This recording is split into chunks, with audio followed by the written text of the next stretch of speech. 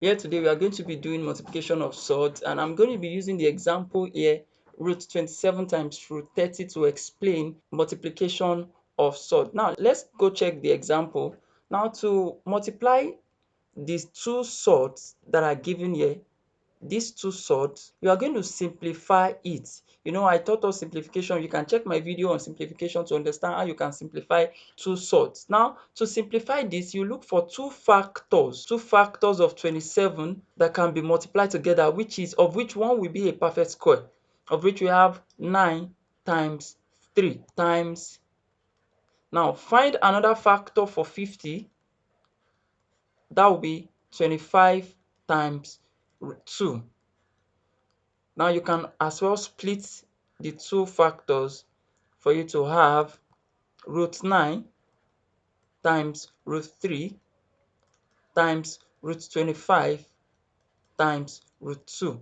Now what is root 9? Square root of 9 will give us what? Square root of 9 will give us 3 times root 3 times square root of 25 will give us what? 5 times root 2. Now, checking this in multiplication is not more or less like addition, whereby it is necessary for you to have like times before you can add up two surds. In multiplication, you can as well two like surd and unlike surd.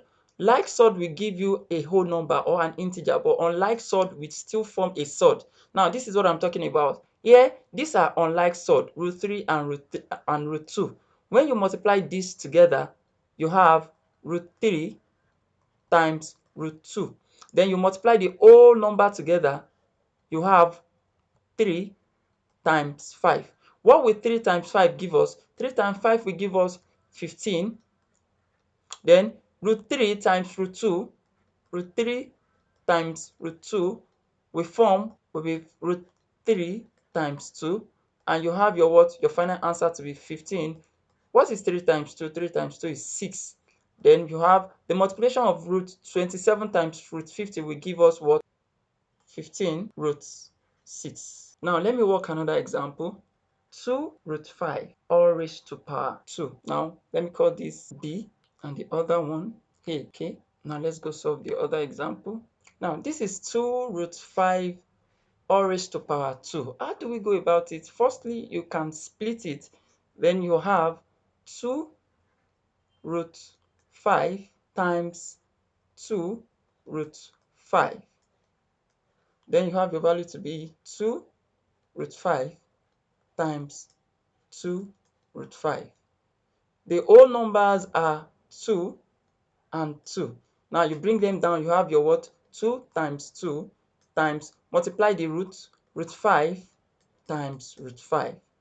Now from here, you have your 2 times 2 to be 4 times, this is root 5 times root 5.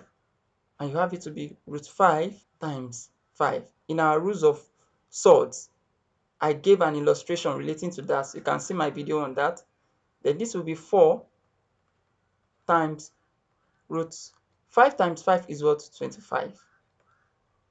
Then you have what? 4 times. What is the square root of 25? Square root of 25 is 5.